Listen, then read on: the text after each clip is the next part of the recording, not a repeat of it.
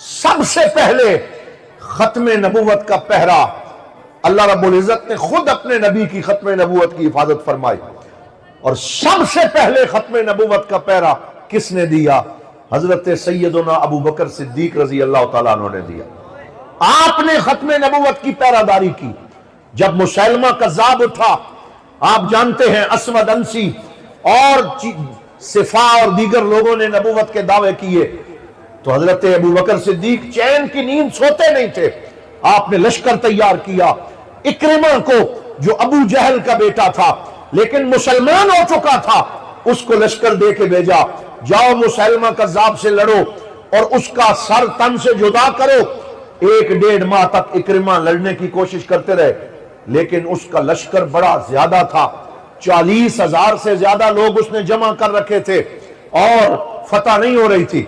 تو حضرت ابو بکر صدیق نے فرمایا اب میں اسے بھیجنے لگا ہوں جسے میرے نبی نے سیف اللہ کا لقب دیا، جو حضرت خالد ابن ولید رضی اللہ تعالی عنہ ہیں، ان کو بھیجا۔ وہ لشکر لے کے حضرت اکرمہ کی مدد کرنے کے لیے پہنچے اور وہاں جا کے سارے جمع ہو گئے۔ اب توجہ سے سننا، جب جنگ ہو رہی تھی، یہ میں حوالہ بتا رہا ہوں، المواعظ والاعتبار فی ذکر الخطط والآثار، اس میں امام مقریزی نے لکھا، اس کے علاوہ حضرت ابو اسحاق نے لکھا، امام واقدی نے اپنی کتاب المغازی میں لکھا۔ یہ حوالہ دے کے میں بات کر رہا ہوں تاکہ کوئی اگر اس حوالے کو دیکھنا چاہے تو پڑھ لے کہ جب 1 مہینے تک مسیلمہ کذاب کے قلعے کا گھیراؤ کیا گیا، فتح نہیں ہو رہی، ہر روز دشمن آمنے سامنے آتے ہیں، فتح نہیں ہو رہی۔ حضرت خالد بن ولید نے میٹنگ بلائی، بڑے بڑے قائدین کو بلایا اور کہا مجھے بتاؤ یہ فتح کیوں نہیں ہو رہی؟ ہم حضور کے غلام اتنی دیر تو نہیں لگاتے، ہم دشمن کے دانت کھٹے کر دیتے ہیں، ہم اس کو ناکوں چنے چبوا دیتے ہیں، کیا وجہ کہ فتح نہیں ہو رہی؟ تو حضرت خالد بن ولید کو ایک صحابی نے مشورہ دیا، جناب ایک وجہ تو یہ ہے کہ ہم اپنے نبی کی کوئی سنت بھولے ہوئے ہیں، ایسے لگتا ہے کہ حضور کی کوئی سنت ہم بھول گئے جس کی وجہ سے فتح نہیں ہو رہی۔ تو جب سوچا تو پتہ چلا کہ ہم مدینے میں ہر روز ہر نماز سے پہلے مسواک کرتے تھے، ہم نے مسواک کی سنت کو چھوڑ دیا، یہ وجہ ہے کہ ہمیں فتح نہیں ہو رہی۔ یعنی ایک سنت کو چھوڑنے پر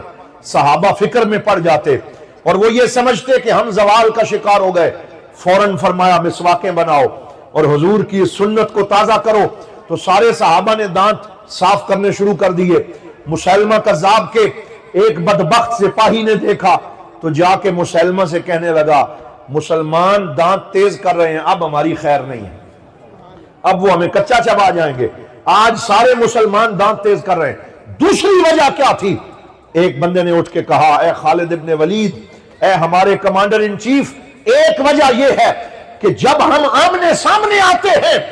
تو وہ بھی اللہ اکبر کا نعرہ لگاتے ہیں، ہم بھی اللہ اکبر کا نعرہ لگاتے ہیں۔ یہ نعرہ مسیلمہ کی صفوں میں بھی لگتا ہے، ہماری صفوں میں بھی لگتا ہے، داڑیاں ہم نے بھی رکھی ہوئی ہیں، داڑیاں مسیلمہ کے ماننے والوں نے بھی رکھی ہوئی۔ آج آپ جانتے ہیں قادیانیوں نے بھی مسجدیں بنا رکھی، وہ بھی اذان دیتے ہیں، وہ بھی 5 وقت نماز کی بات کرتے ہیں، وہ بھی قرآن کو اپنی کتاب کہتے ہیں، وہ بھی اپنے آپ کو مسلمان کہتے ہیں۔ یہی مسئلہ مسیلمہ کے دور میں سامنے آیا اور خالد بن ولید سے انہوں نے عرض کیا جناب ہم بھی اللہ اکبر کہتے ہیں، وہ بھی اللہ اکبر کہتے ہیں، ہم بھی پگڑی باندھتے ہیں، وہ بھی پگڑی باندھتے ہیں، ہم بھی داڑھی رکھتے ہیں، وہ بھی داڑھی رکھتے ہیں، ہمیں اپنے اور پرائے کی پہچان نہیں ہوتی، پتہ نہیں چلتا تلوار کس پہ چلانی ہے اور کس پہ نہیں چلانی۔ اٹھا کے دیکھو کتاب کہ پھر کیا فیصلہ ہوا کہ کل جب دشمن کے سامنے ہم جائیں گے تو ہم اللہ اکبر کا نعرہ اس دن نہیں لگائیں گے، حالانکہ اللہ ہمارا رب ہے، لیکن ہم نعرہ لگائیں گے یا محمد، ہم نعرہ لگائیں گے رسول اللہ کا، ہم نعرہ لگائیں گے اپنے نبی کا،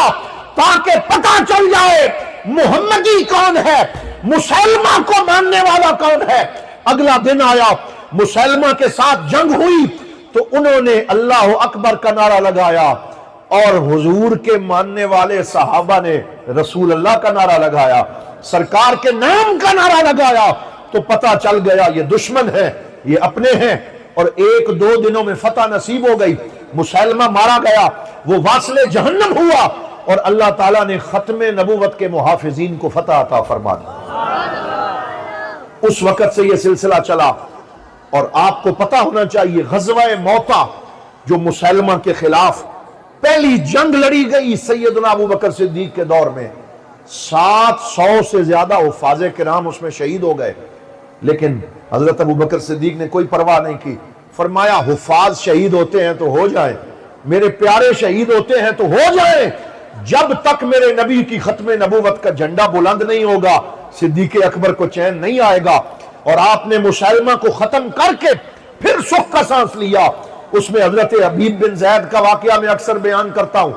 کہ حضرت حبیب بن زید کو حضور نے خط دے کے بھیجا، جاؤ مسلمہ کذاب کو بتاؤ تو جھوٹا ہے، تو کذاب ہے، میں اللہ کا سچا رسول ہوں، میں آخری نبی ہوں، میرے بعد کوئی نبی نہیں آ سکتا، جاؤ اور اس کے دربار میں اعلان کرو۔ حضرت حبیب بن زید 20 سال کی عمر کا وہ نوجوان، وہ حضور کی ختم نبوت کا سپاہی بن کے وہاں پہنچا، اور مسلمہ کے سامنے حضور کا خط پڑھا، ختم نبوت کا نعرہ بلند کیا، اور اس کے سامنے کہا من محمد الرسول اللہ الی مسلمہ الکذاب، یہ محمد الرسول اللہ کی طرف سے مسلمہ کذاب کو خط لکھا جا رہا ہے۔ اور وہ پڑھا، مسلمہ کذاب نے کیا کیا، جلاد کو حکم دیا کہ یہ جو حضور کی طرف سے خط لے کے آیا ہے اس کے بازو کا گوشت کاٹو، اس کے اس بازو کا گوشت کاٹو، اس کے سینے کا گوشت کاٹو۔